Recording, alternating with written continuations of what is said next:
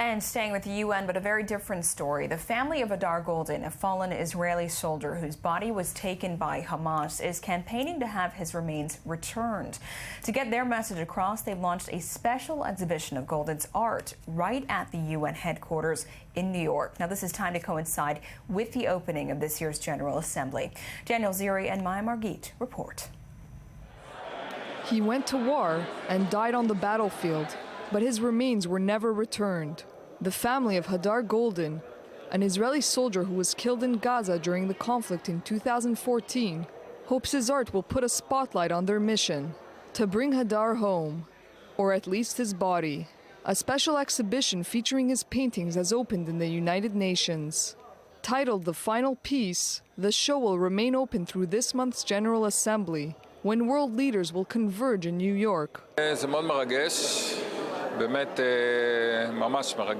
very important to see Hadar's art here. It's very important that it's taking place at the UN, because my son was killed during a UN-brokered ceasefire. We are trying to wake up both the international community and the United Nations.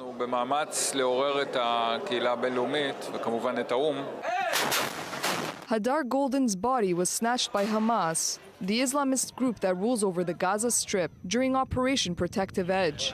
His unit was attacked as they were in the midst of destroying a Hamas tunnel near Rafah. Though the Israeli army was able to pronounce Goldin dead after finding enough forensic material, the rest of his remains were never recovered.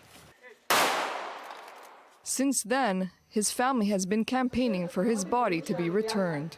The most meaningful thing for me to see is the image of an IDF officer, an IDF soldier, here on the wall, in an area that was dedicated only a year ago for anti-Zionist propaganda. I think that if Hadar would have been able to see this, he would have been very proud. The show highlights Hadar's childhood paintings, right up until those he created just before his death 2 years ago. Oron Shaul, another Israeli soldier, was also killed and his body taken in a separate incident during the conflict days earlier. Israel is a member state, a full member state. We have the right to put any exhibition we believe should be presented here, and we chose to put the drawings of Hadar Goldin.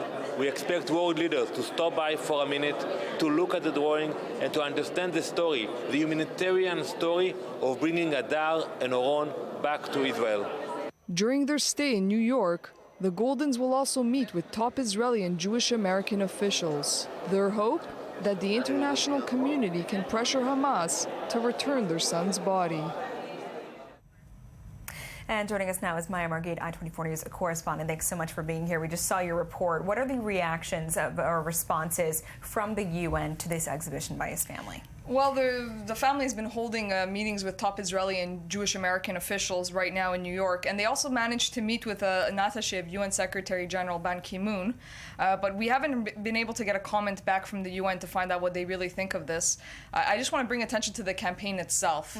Basically, Danny Danon, the UN ambassador, has been really involved in this campaign, and he has promised not to stop fighting to get back their son's body.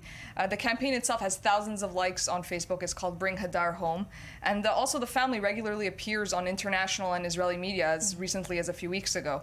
But also there was a second soldier whose body was taken by Hamas, Oron Shaul. His body was taken just a week or two earlier. And his dad, Herzl, passed away at the beginning of September. He died of cancer. And just last week, they released a really sad letter that he wrote to his son right before he passed away, saying that he hoped to see his son or his remains before he died. Unfortunately, that wasn't the case. That didn't come true. But it sounds like, you said the ambassador there is trying to fight for the family. And, you know, they just said in the report just last year, another exhibition that was totally contrasting appeared in this UN space. So talk more about that. Yeah, sure. So the UN headquarters basically hosts tons of exhibitions, many very political, very controversial exhibitions from different member states. Last November, they had a pro-Palestinian exhibition that was to coincide with a Day for Solidarity for Palestinians, and it was focused on Palestinian children in Gaza following the Israel-Gaza conflict 2 years ago. The images were very, sad and heart-wrenching, showing destruction of Gaza. And also last spring, there was also an exhibition that was pro-Israel. It was on Zionism, also organized by Danny Danon. This exhibition was actually actually censored. It was controversial because they had a panel showing Jerusalem, and underneath it was written the eternal capital of the Jewish people for millennia. So the UN decided this is not going to fly, and they decided to censor it, and as well as some other panels there that they considered to be controversial. So it's an interesting space. Thanks so much, Maya, for this report.